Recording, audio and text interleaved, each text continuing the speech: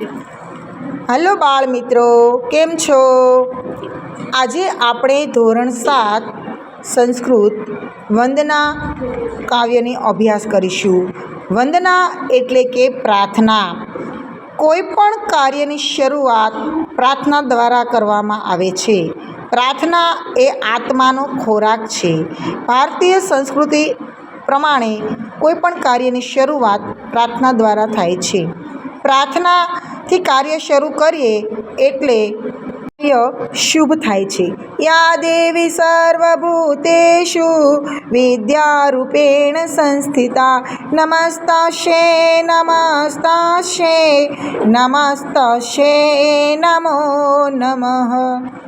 આ શ્લોકનો અર્થ થાય છે, હે દેવી સરસ્વતી બધા પ્રાણીઓમાં વિદ્યારૂપે રહેલી છે. તેમણે નમસ્કાર નમસ્કાર નમસ્કાર વારંવાર તમને હું નમસ્કાર કરું છું.